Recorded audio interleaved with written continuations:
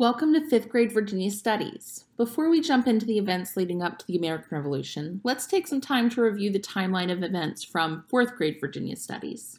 As you know, our American history goes all the way back to 1607. But what about the years before then? For thousands of years before Europeans discovered what would become North America, people inhabited and thrived throughout the continent. Just look at this image. Millions of people lived in as many as 500 separate communities, and they had developed complex societies. However, their culture looked nothing like that of the Europeans who would eventually stumble upon their land. What looked like wilderness and savages to outsiders was really a well-oiled machine. In Virginia, there were three major tribal boundaries. The Cherokee Nation lived in southwest Virginia, the Monacans in the Piedmont region, and the Powhatan Indians lived in the coastal plain region along the coast. They were all experts in surviving off the land. After all, their people had already been around for thousands of years. They hunted and grew crops for food, and then used what they couldn't eat of the animals' bodies, as well as natural resources available to them, to create clothing, shelter, and necessary tools for survival. The Native American success was based on wasting as little as possible and being one with nature. They didn't use currency to get what they needed either. Instead, they bartered or traded with other tribes. For centuries, they lived their lives peacefully. That is, until the arrival of Christopher Columbus. He did not discover America, as there were already millions of people living there. Rather, he set off a centuries-long land grab. By the 15th century, there were three major powers: England, Spain, and France. Much of the rest of the world had still yet to be discovered, so these three countries were in a race to claim the most land and resources, therefore being the most powerful. As a result of this race, Queen Elizabeth asked her aide, Sir Walter Raleigh, to start a colony. 110 men, women, and children anchored off Roanoke Island, which is now North Carolina, in July 1587. 3 years later, in 1590, when a supply ship returned, every settler had vanished. This became known as the Lost Colony, and it would be years before another attempt at settlement would be made.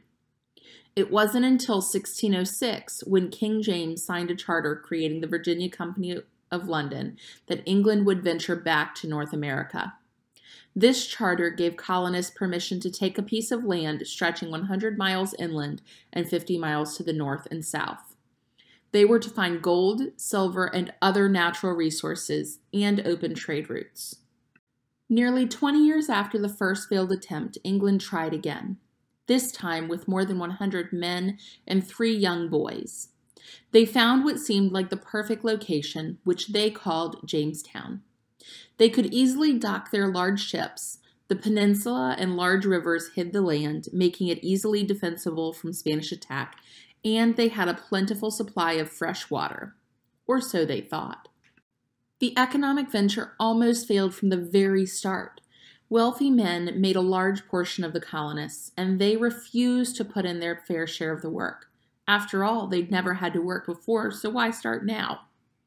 Fighting was frequent with the Native Americans, who were just trying to defend themselves. Mosquitoes spread diseases. The water was contaminated by marshy saltwater, and their food rotted. Within months of their arrival, more than half of the colonists had died. Fortunately, they had a strong leader with them.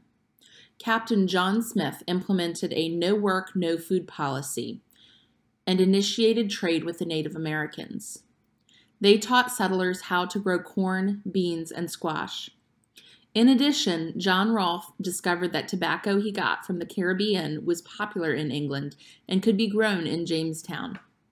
He also married Pocahontas, which helped create peace between the colonists and the Native Americans. While this relationship benefited the colonists greatly, it hurt the Native Americans in the long run. Before Columbus arrived, there were as many as 112 million Native Americans living in North America. By 1609, however, that number had dropped to around 6 million. As a result of John Rolfe's discovery, tobacco quickly became a cash crop, but it required massive amounts of labor year-round to maintain. Thus, the colonies entered the slave trade, which had been going on elsewhere for centuries. For years, the colonies continued to expand and develop systems of self-government. It was a win-win for the colonists and for England. Expansion continued for more than 100 years. Colonists, while technically still English citizens, governed themselves without much interaction with the English government. By the 1700s, most people living in the colonies had been born there and had never even been to England. As a result of this lax relationship, the colonies were not at all prepared for the competition that still existed between England, Spain, and France, and it would soon be at their front door.